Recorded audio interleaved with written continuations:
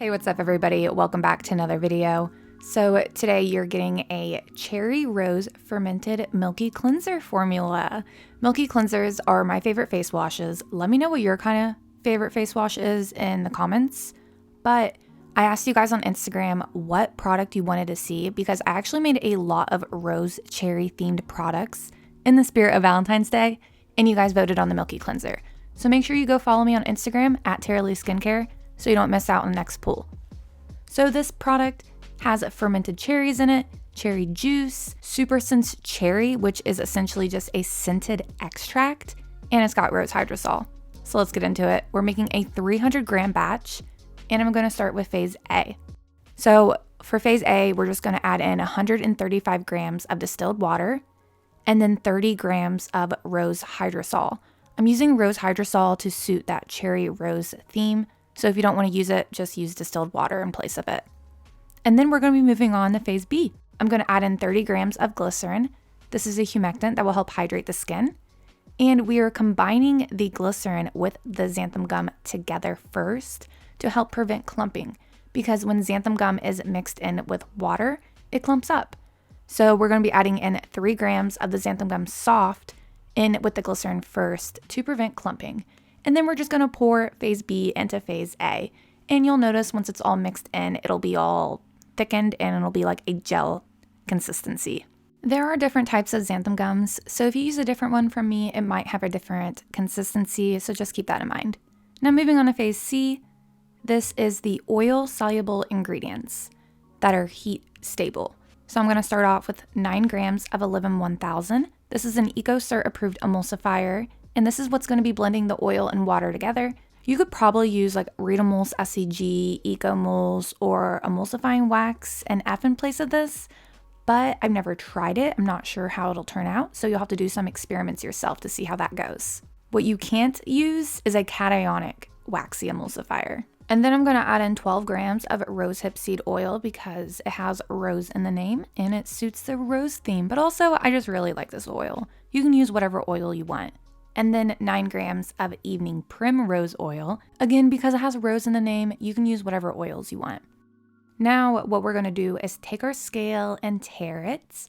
And then we're gonna be taking the phase A and B combination that we made earlier on the scale and taking note of how much it weighs, because we're gonna be heating this up and some of the water might evaporate. So we'll have to weigh it again after we heat it up and add back in any water that evaporates.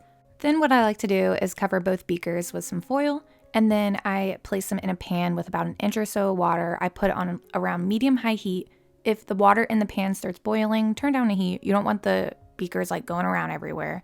And yeah, we're just gonna let it sit here and heat until everything in phase C has melted and everything in phase A and B is roughly around the same temperature. And while those heat, we're gonna work on phase D. So these are all the heat-sensitive ingredients. And the first ingredient we're gonna be using is the fermented cherry. I know that's not what it says on the bottle, but I promise that's what it means. And I'm gonna use 6 grams of the fermented cherry. And I've been really into fermented ingredients lately because I've been obsessed with essences. So that's why I'm using it. And then I'm gonna be using this organic cherry juice powder. Cherries are high in antioxidants and vitamin A and B and C. I'm going to be using 3 grams of the cherry juice powder, and you want to try to get that to dissolve as much as you can, even though I can never really get these powders to dissolve fully. And I added these 2 in first. That way I can mix it as much as I wanted to get the powder to dissolve before I added in the foaming ingredients. Because the next thing I added in was 30 grams of foaming apple. This is the anionic surfactant and the main ingredient that's going to be cleansing and making this product foam and lather. It's a really gentle anionic surfactant, which is why I picked it. And then I'm going to be adding in 30 grams of cocoa glucoside, which is another really gentle surfactant. This one is non-ionic, and this one's actually one of my favorite surfactants to use in facial cleansers.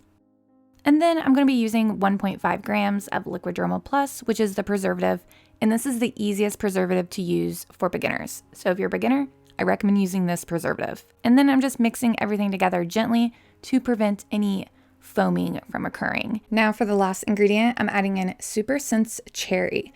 This is an oil-soluble extract, but it's scented. And this one obviously smells like cherries. I'm going to add in 1.5 grams of it.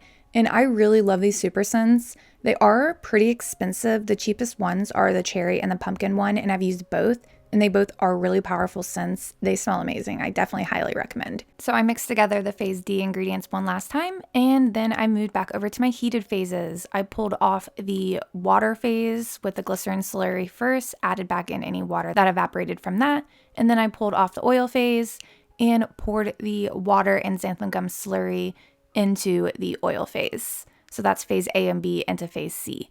And then I mix with my immersion blender. I will link down below to all the equipment and ingredients I'm using in this video so you know exactly where to buy it. And after I mix with the immersion blender, I grabbed this pretty pink water-soluble dye and I just added in a couple drops at a time until I got my desired color. And once you mix with the immersion blender, you probably shouldn't have to mix it again after that.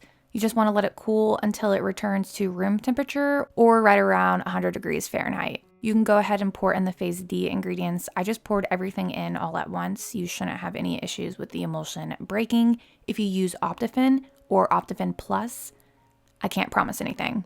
The emulsion might fail.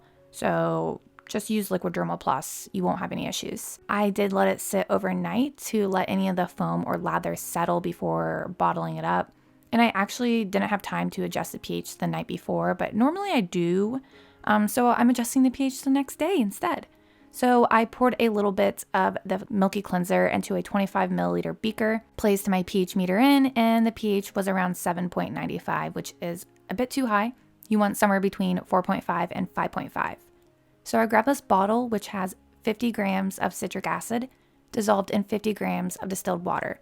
So you want 50% citric acid and 50% distilled water. And this is going to be your pH buffer solution, which is going to lower the pH because we want a pH around our skin's natural pH level, which is 4.5 to 5.5. So you just want to add like a couple drops at a time. I normally do like 2 or 3 depending on the batch size. I mix it in and I let it sit for about a minute. And then I take the pH again to see where the pH is at.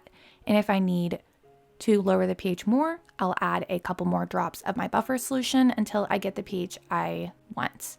So I took the pH again and it is 5.42, which is perfect. And now you can go ahead and bottle up your cleanser. I use this 8-ounce plastic bottle. I'll link to some over on Amazon. And that is basically it. That is the Cherry Rose Fermented Facial Cleanser in the spirit of Valentine's Day. If you guys like this, definitely let me know. I have some other Cherry Rose fermented products I've made already. I don't know if I'm going to share all those on my channel or not. Depends on how well this video does. But I personally love Milky cleansers. They are my favorite. This cleanser reminds me a lot of the Rosy cleanser I sell over on my website, even though they are completely different formulas. But I love Milky cleansers because they don't strip your skin, they don't dry out your skin. They do an amazing job at removing makeup and dirt and debris from your skin, and they even remove waterproof makeup. So Milky cleansers are my favorite. I'm team Milky cleanser. What team are you on? Let me know in the comments. And yeah, I just like how it has this like nice lotiony consistency, but yet it still has a really gentle and mild lather to it. That's about it. That's all I have to say. Talk to you guys next time.